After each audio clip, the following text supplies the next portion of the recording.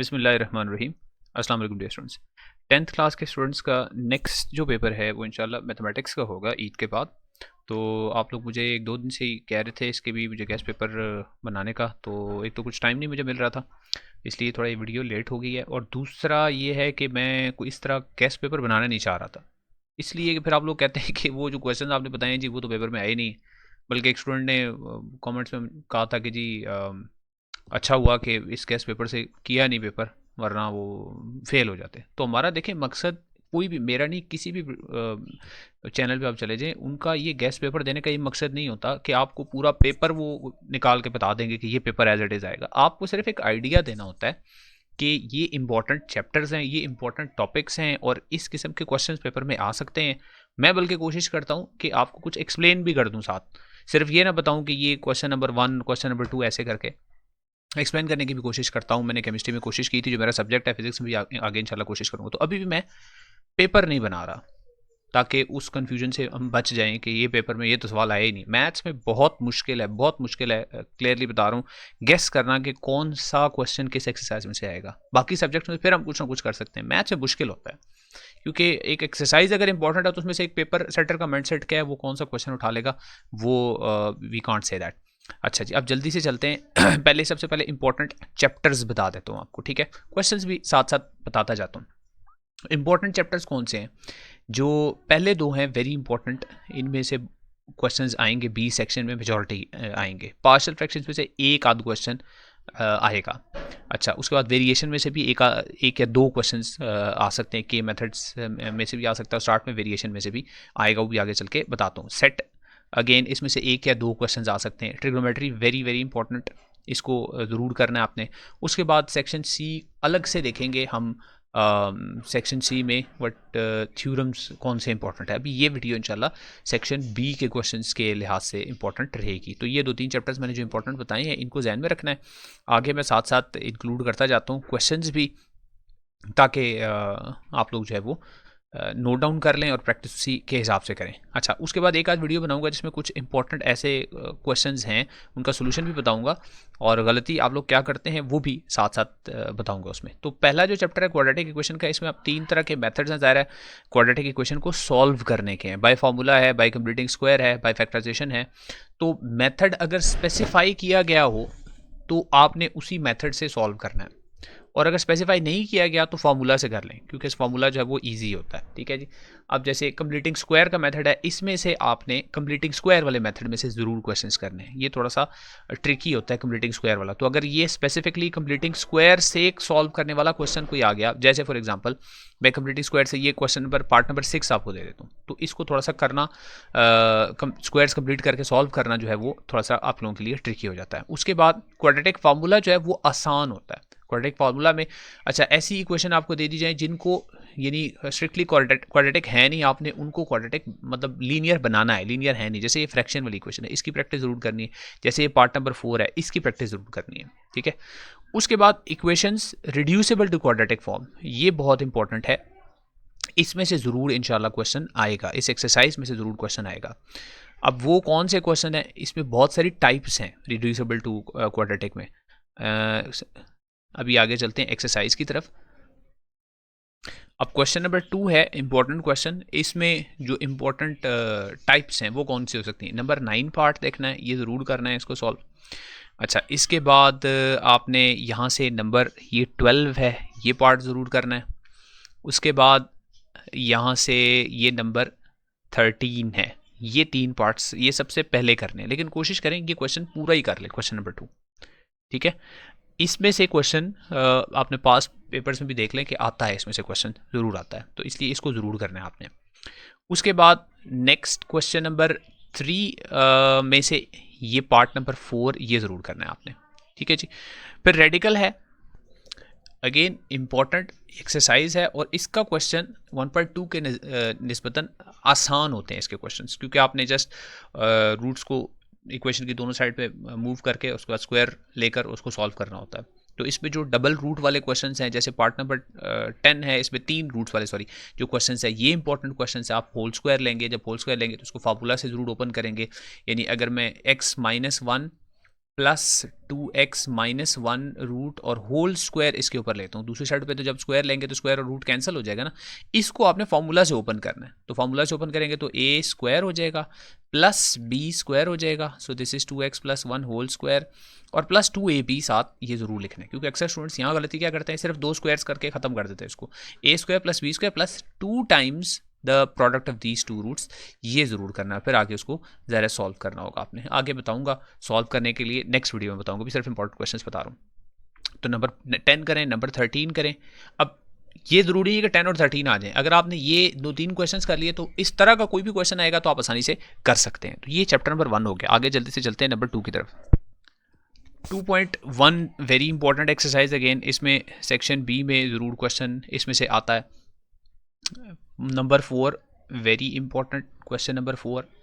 अच्छा, उसके बाद 3 भी, सॉरी 3 भी बहुत इंपॉर्टेंट है। 3 और 4 हो गए। इसके बाद यहाँ से आप क्वेश्चन आपने ज़रूर करना है 10, जिसमें equation roots of the equation are real, roots of the equation are real, ये ज़रूर करने हैं। B square minus 4ac equal to 0 put करके इनको सॉल्व करते हैं, ठीक है जी।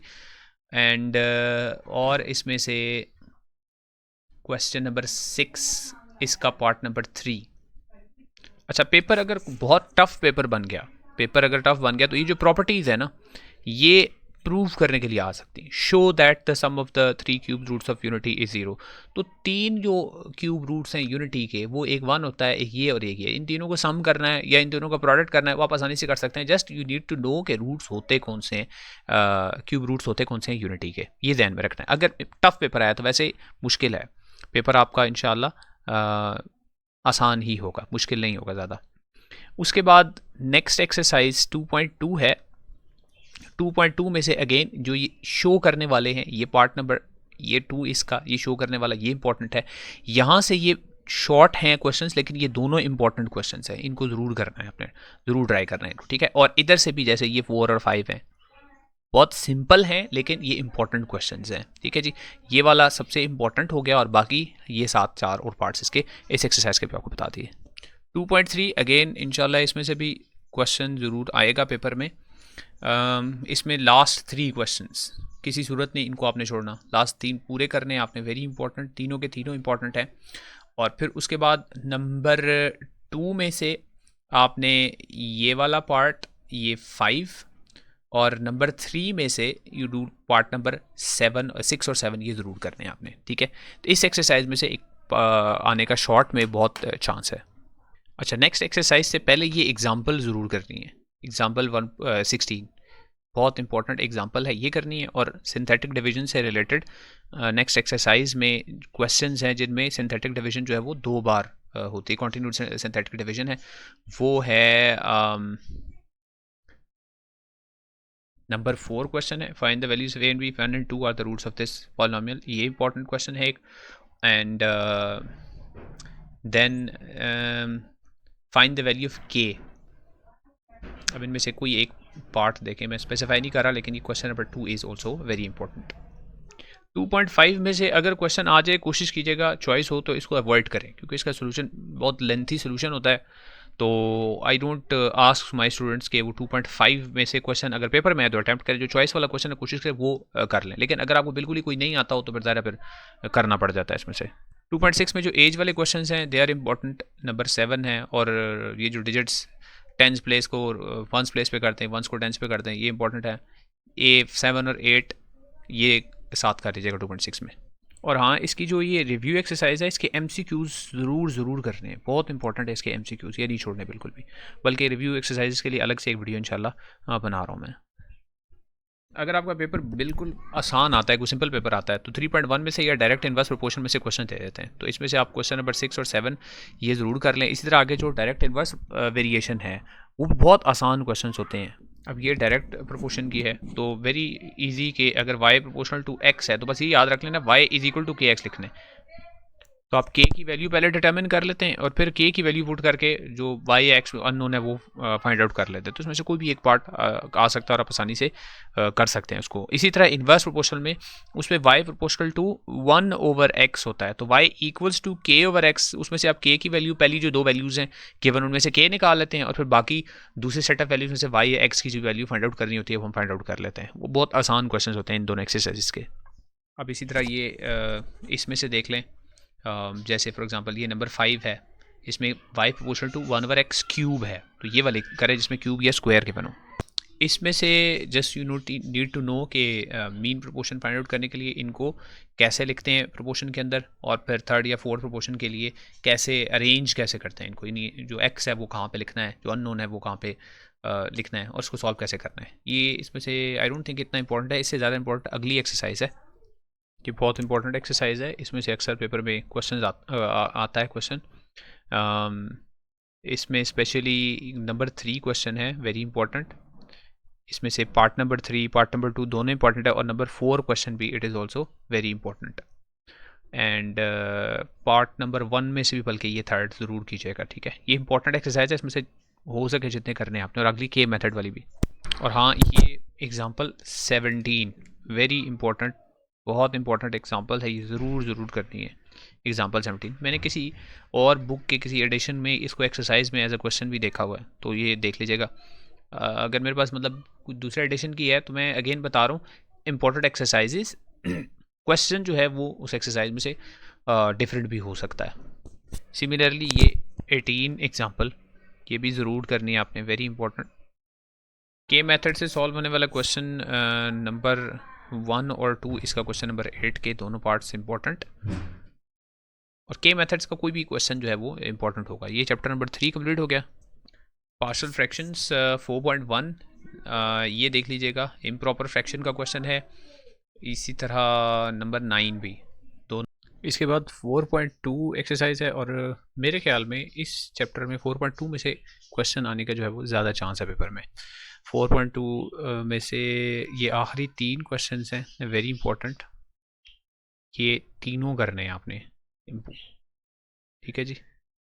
उसके बाद 4.3 में से भी बता देता हूँ, इसमें से नंबर 5 और 8, 9 ये करने हैं आपने 4.3 में से। 4 मार्क्स का क्वेश्चन इंशाल्लाह इसका भी बी सेक्शन में से आएगा।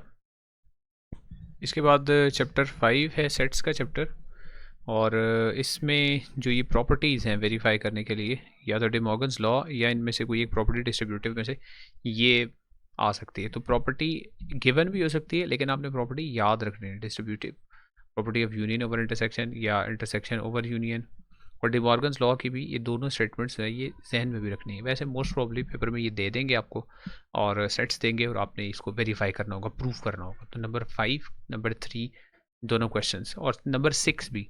6 दो तरह से हो सकता है, या तो आप इनके एलिमेंट्स लिख दें, एलिमेंट्स ना भी लिखें तो यानी ये वाला नहीं है, जिसमें वो u इक्वल्स टू n है, और a इक्वल्स टू p है, and b equals to I think 5 है, और फिर आपने वेरीफाई करना है डे मॉर्गन्स लॉ। वो कोई एग्जांपल है शायद, या किसी दूसरी वर्जन में मैंने देखा है क्वेश्चन, वो ज़रूर करना है आपने। ये 3 सेट्स हैं, इसके ऊपर आपने डे मॉर्गन्स लॉ वेरीफाई करना होगा।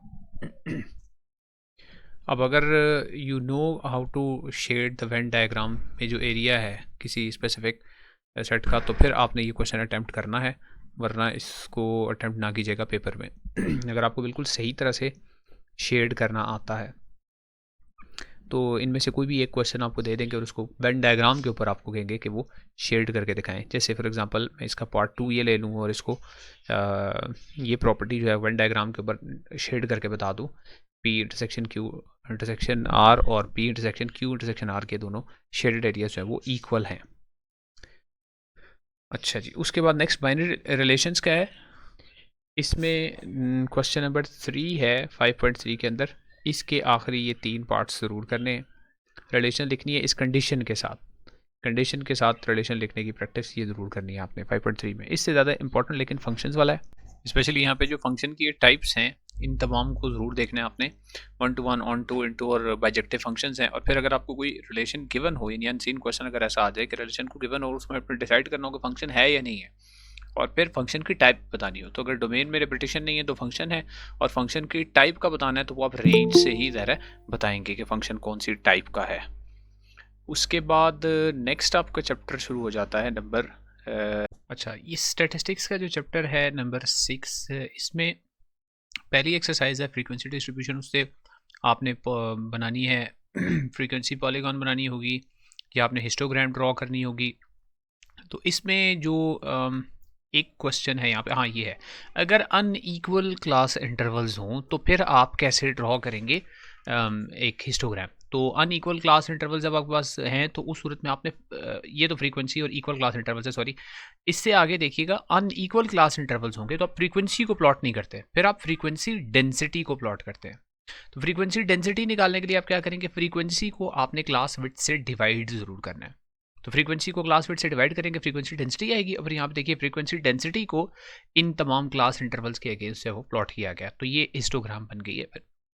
और अगर ये हिस्टोग्राम गिवन हो और इसके बारे में आपसे कोई क्वेश्चन किया जाए कि फ्रीक्वेंसी फाइंड आउट करके दे, तो फ्रीक्वेंसी डेंसिटी का फार्मूला यही है कि frequency divided by class width जो है, और फ्रीक्वेंसी निकालनी है तो विड्थ को क्रॉस मल्टीप्लाई करते हैं, फ्रीक्वेंसी डेंसिटी के साथ मल्टीप्लाई करते हैं। तो इस एक्सरसाइज में ये इंपॉर्टेंट क्वेश्चन है, आगे बताता हूँ। एक तो ये सिंपल हिस्टोग्राम का क्वेश्चन है, नंबर 5 है। इसमें 4 और 5 दोनों, 5 में हिस्टोग्राम गिवन है और इससे रिलेटेड क्वेश्चंस पूछे जा रहे हैं, और 4 में हिस्टोग्राम अपने ड्रॉ करनी है खुद से। उसके बाद आगे अनईक्वल क्लासेस वाला है, जिसमें आपने फ्रीक्वेंसी डेंसिटी को अगेंस्ट द क्लास इंटरवल्स हुआ है वो प्लॉट करना है। वो भी एग्जांपल भी मैंने आपको बता दी है उससे रिलेटेड। इसके बाद 6.2 में मेजर्स ऑफ सेंट्रल टेंडेंसी हैं, और उनमें सबसे इंपॉर्टेंट ज़ाहिर मीन मीडियन है दोनों। तो मीन का जो अनग्रुप डाटा है उसके लिए फार्मूला है समेशन एक्स ओवर एन, ये अनग्रुप डाटा के लिए ये याद रख लेना है।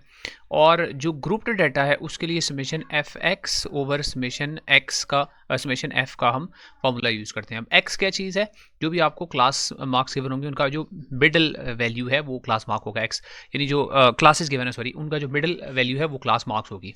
वो आपने कैलकुलेट करके फिर एफ को एक्स से मल्टीप्लाई करके उनका सम ले लेना है, और फिर उसको सम ऑफ द फ्रीक्वेंसी से डिवाइड कर देना है।